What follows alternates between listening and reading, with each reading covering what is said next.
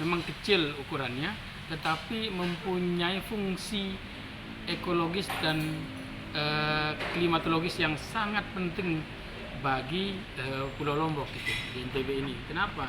Karena kalau hutan sekarang rusak, maka tidak lagi bisa melakukan memberikan pelayanan terhadap masyarakat.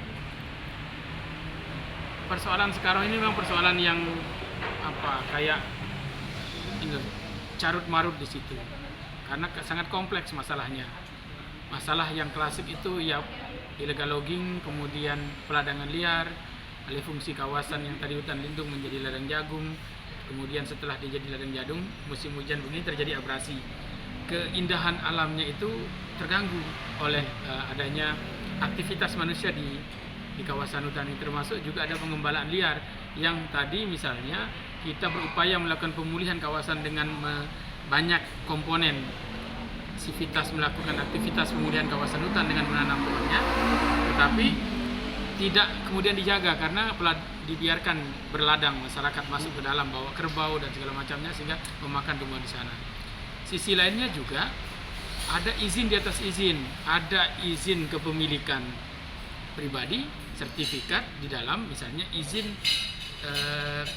UPJL, ISL misalnya. Artinya banyaknya izin di dalam kawasan ini juga berpengaruh pada rusaknya kawasan ini. Itu kedua. Di sisi lainnya juga ada izin HKM juga di dalam kawasan hutan Sekarau ini, yang mana pengelolaan kawasan itu tidak sesuai dengan bagaimana seharusnya HKM itu dikelola gitu. Ya, di mana tanaman intinya itu kan tidak boleh ditebang, tetap dia harus ada. Yang harus dilakukan itu adalah memanfaatkan sela-selanya itu untuk ditanami tanaman yang bisa memberi nilai ekonomi untuk menghidupi mereka yang punya izin. Tapi malah kita melihat ada alat berat ini di dalam kawasan HKM di hutan Sekarau ini, itu juga jadi soal di kita. Sisi lainnya juga di kawasan-kawasan itu hutannya itu setelah pohonnya habis ditebang dirondap, sehingga fungsi ekologisnya sangat lemah ini.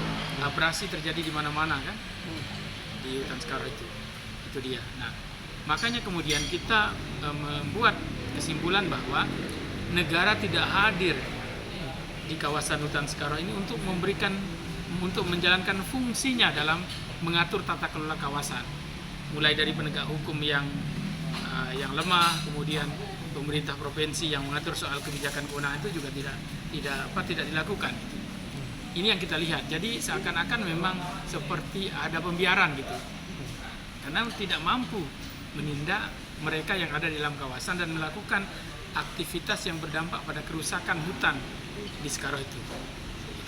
Ini kawasan hutan ini kemudian ditebangi, dibakar, dirondap, diracuni, rumputnya kemudian ditanami kawasannya dengan tanaman jagung. Lalu ketika terjadi hujan begini, terjadi abrasi. Kita melihat misalnya di atasnya Pantai Pink ini banyak terjadi abrasi, di sepanjang Pantai Pink ini terjadi abrasi. Jadi pantai yang tadinya terkenal di seluruh dunia dengan pink pasirnya sekarang sudah berubah menjadi coklat. Maka hal lain juga yang bisa mengancam itu konservasi, karena di tengahnya itu ada 5 hektar kawasan konservasi di laut itu untuk terumbu karang. Itu juga akan sangat mungkin terancam oleh kerusaknya kawasan hutan ini, kawasan hulu ini. Itu berkaitan ada di Pantai Pink Iya, betul, di seputaran Pantai Pink. Seputaran Pantai Pink itu yang kita melihatnya memang ini seperti Sekarau ini darurat untuk bisa diselesaikan soal-soal kerusakannya oleh pemerintah ini. Dibandingkan daerah lain, apa pembiaran tadi maksudnya bagaimana? Apa memang nggak ada yang peduli di Sekarau ini atau bagaimana, Pak?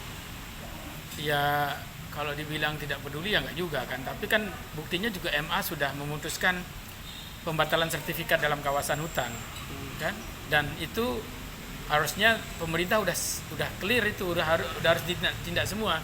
Tapi sampai dengan hari ini kan masih ada orang yang dalam kawasan hutan ini punya sertifikat, tetapi pemerintah seakan-akan memang lemah, itu tidak berdaya melawan pemilik sertifikat dalam kawasan hutan itu tadi.